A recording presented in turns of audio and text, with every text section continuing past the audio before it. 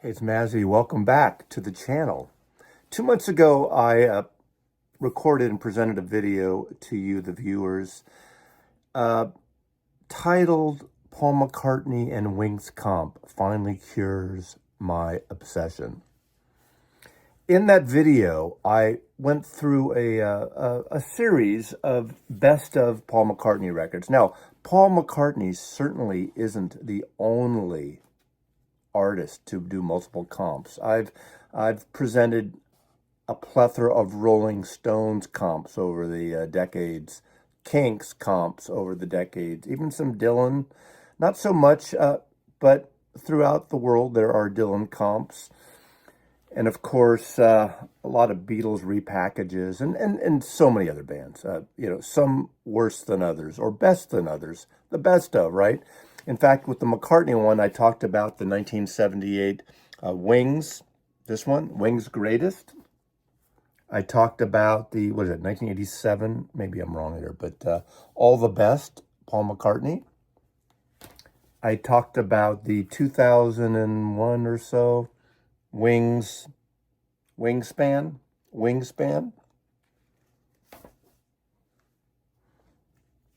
And I talked about the brilliant, I actually like this, the 4-record set, curated 4 LP set, Pure McCartney, which has Wings and otherwise. And I like this because it doesn't have just the hits. It gets into some deep cuts. And then I talked about this comp coming out, a 3 LP set. I think there's a 2 CD version, a 1 CD version, a 1 LP version, a 3 colored vinyl version, black vinyl versions with a slipcase, with a die cut, without a die cut, a lot of variations. That's where we are today. And I mentioned in that video, got a lot of responses, that I've finally been cured because I'm not ordering it, I'm not getting it. And I held to my principles and I didn't order it. So Friday, the release date, I get a package from Amazon, something I didn't order. And in it, there was a gift receipt. And all it said was, "It's the music," from a viewer.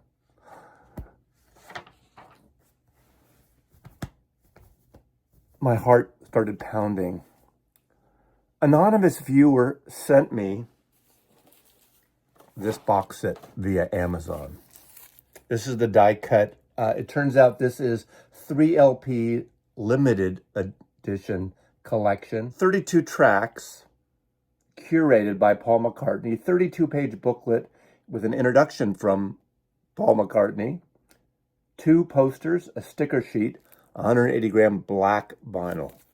Thank goodness I'm not all obsessed about colored vinyl, but either way, it was so generous. I don't know who did it, man, woman, child. Viewer heard me talk about I cured my obsession, and he fed me those drugs anyway. Just like, couldn't resist, right? But seriously, I want to thank that viewer. I think you're watching now. I bet you're watching. Anonymous viewer, I could have bought it, but I decided I didn't need it. Now, I did listen to it all. Of course I'm going to listen to it. Now, okay, let's take this off. I just wanted you to see. There's the hype sticker there, visualization. I don't need to show that. I don't save the hype stickers usually. But I love die cut. I love design, great design. And what's great about this, I don't think has he collaborated with Hypnosis again? Aubrey Powell, one of the remaining living partner of Hypnosis, who did all those wonderful 10cc and Pink Floyd and Led Zeppelin and Wings and McCartney in the 70s and beyond. Great design firm out of the UK. Put this package together, and it's really stunning. I almost like that. Of course, it's the music. It's the music, stupid. That viewer didn't even use the word stupid. I really appreciate that. But I would have been mildly amused if he had said, or she had said, "It's the music, stupid. Here's your fucking free record," free box set. So you pull it out. I'm going to go through it. And then you still see, look at that. It's kind of printed on the inside there. That is That costs more money. That's why people always talk about, why do these things cost what they do? Do you see the credits on this thing? It's like a fucking Marvel movie end credits. And you have these great pictures of all of the members of Wings, all the members of Wings. Now on this, you have the red and green. So my guess is on the colored vinyl version, they probably emulate these. So there you go. But I want to say what impressed me, aside from the music, I'll get to the music because it is the music. But what really impressed me were the books and the posters, especially one poster. But also you get stickers. Of course, nobody in their right mind who's a collector will actually stick these on anything. In the old days, some people would, some wouldn't. And of course, when you're looking for used records, if the posters included those stickers, like from Dark Side or anything, you want the stickers intact. You don't want them on the side of some guitar case or your refrigerator or your mother's hamper or something. I don't remember my mother having a hamper. Maybe she did. But the posters, okay, this to me, this poster's like very unnecessary because it seems to match the inner sleeve. So, come on, we're wasting a little of the paper, and we're, for the natural resources, I don't think this was a necessity. But I really think this is a cool poster, and it's by an artist by the name of Humphrey Ocean, a British, seems like a watercolor painter. Maybe he's an oil painter, maybe he does oils. But he did these are contemporary paintings of every single member of Wings. Now I'm just gonna let this sink in. I'm not gonna call out their names, but you can kind of see who they are.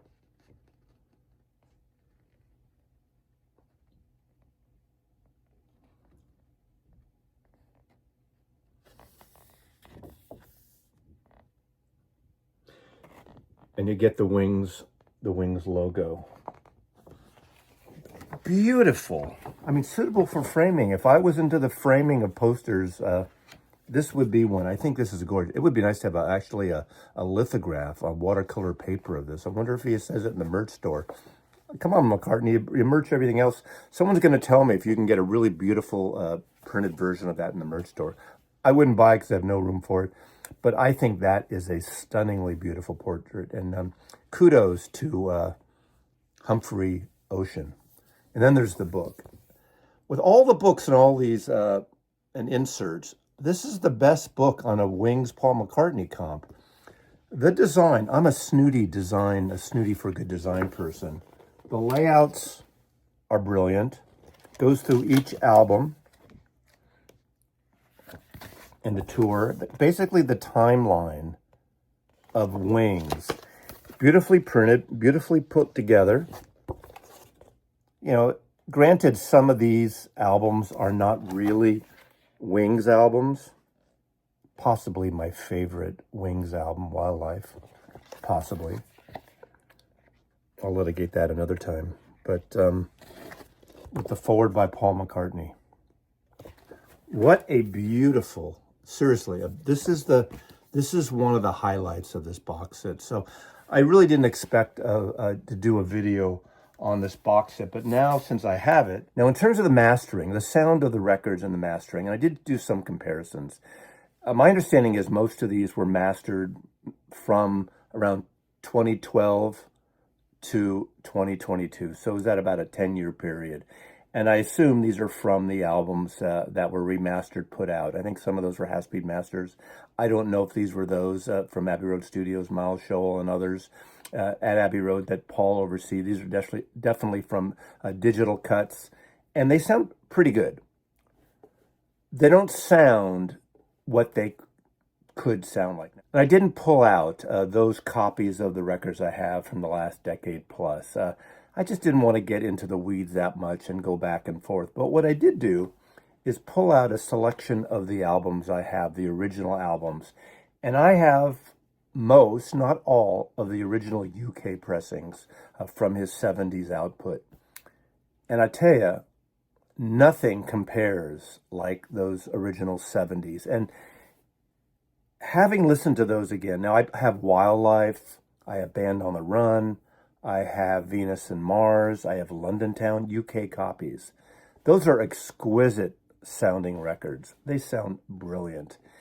And it just kind of breaks my heart that a lot of these artists, these legacy artists, Paul McCartney is just one of many, that don't seem to really care, or don't, I don't mean care, they love the music. Of course, McCartney cares about his catalog, probably cares about his catalog more than a lot of other artists, but they don't really see the value in pulling out the tapes and doing really beautiful transfers, or cuts, I should say, vinyl, analog, keep the analog chain all analog, and do an analog cut like what's happening more in America, I hate to say it, with the Kevin Grays of the world, the Rhino Hi-Fis, with the Intervention Records, the independent label that puts out some things, with Chad Kassem and Analog Productions and what they're doing, Acoustic Sounds are doing in these things.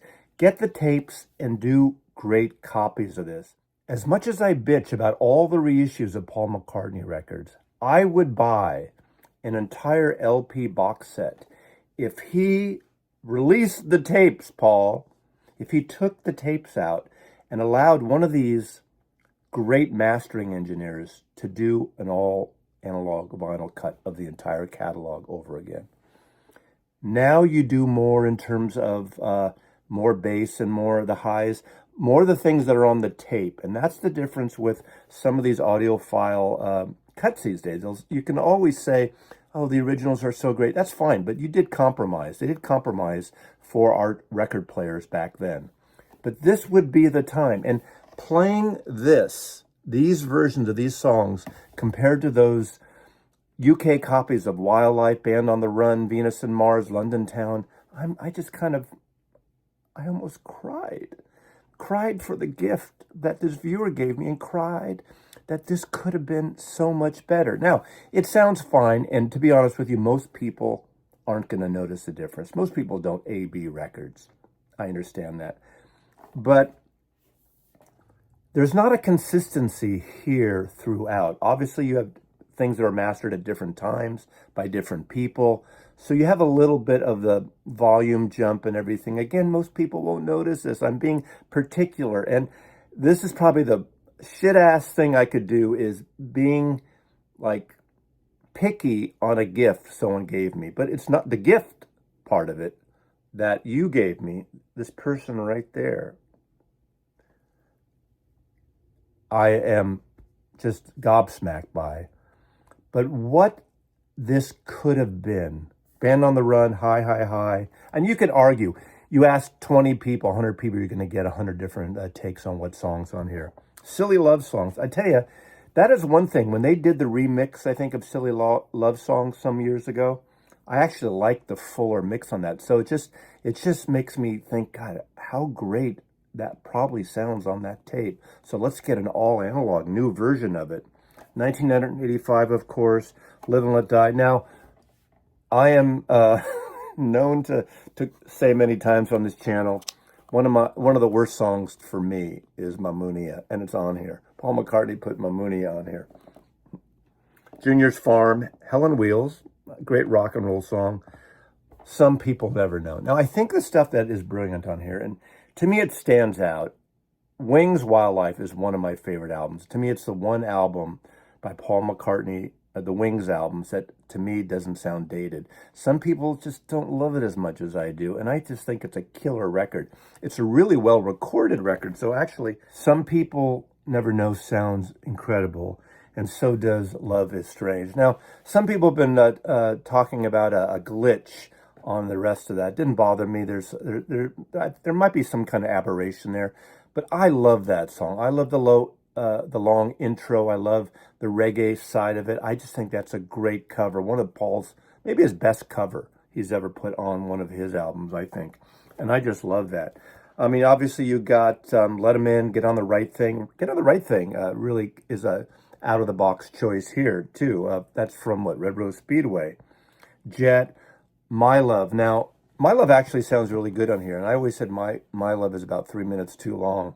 Whoa, whoa, whoa, whoa. But that killer Henry McCullough guitar solo is like just exquisite and intense. And in the beauty of that ballad, love song, that guitar solo just lifts it even further. But it could have been trimmed a little bit. Call Me Back Again is a killer track. I love Paul's soulful, gospel-y voice on that. Then you get him Getting Closer. Listen what the man said. I've had enough. I like that song. Of course, Love is Strange. London Town, too. We all want London Town and Back to the Egg. We want the expanded editions of that, the archive editions. I think London Town is one of those records. To me, London Town and Wings are great bookends. Wings may be the first of the Wings, but London Town, I know it's not the last, but there's something about it that feels more organic, like London Town for me. That's not forced. With a little luck, beautiful song. I love that record. Arrow Through Me, of course, another great, beautiful, kind of a soulful McCartney track. And then you get, of course, the last thing, Venus and Mars Rock Show, She's My Baby, Bluebird, Deliver Your Children. It's kind of nice you have something Denny Lane led on that. Let Me Roll It, of course, Paul McCartney's great riff from Cold Turkey, Slow Down, and Mulligan Tire. I love Mulligan Tire. I know some Americans don't get it, don't dig it. One of the biggest singles at the time, the biggest selling single in the UK. That whole Scottish thing, the bagpipes. I think that is a great, great song. And I'm glad it's included here as well. Of course, it was massive. But, Wildlife, of course, the title track is also on here. I just love that. So 3 Wildlife songs, that made my heart pitter-patter again, too. I love that. And then you get to Sea Moon. Now, I absolutely love Sea Moon. It was a B-side, and I love it. Some may say, how can you love Sea Moon when you hate Mamunia? Well, it's got that great kind of riff. That piano thing is so great, and it's like a goof in a way, and it's a humorous thing in a way. But I just love that track. With a Little Luck again, wonderful, wonderful track. And I don't remember if this is the long version or the single edit. I gotta go back and revisit that. So you can put in the comments and let me know. I wasn't really paying attention then, even though I listened to everything straight through. Soily and Goodnight Tonight. Yeah, disco, Paul Goes Disco, and ends the record.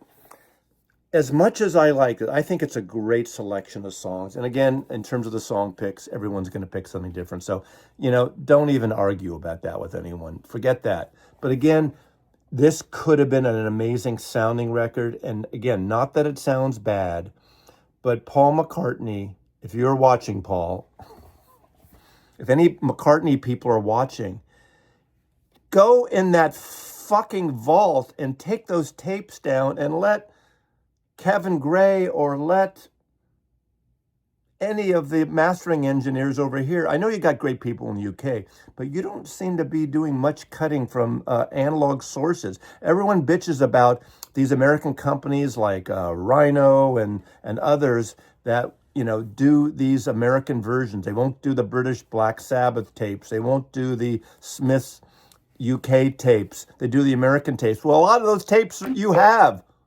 Why can't someone do great cuts in the UK and bring these things out? And, again, to some people, you're not going to notice, but really, if you play it on a decent rig, not even a high-end stereo system, you're going to hear the dynamic difference.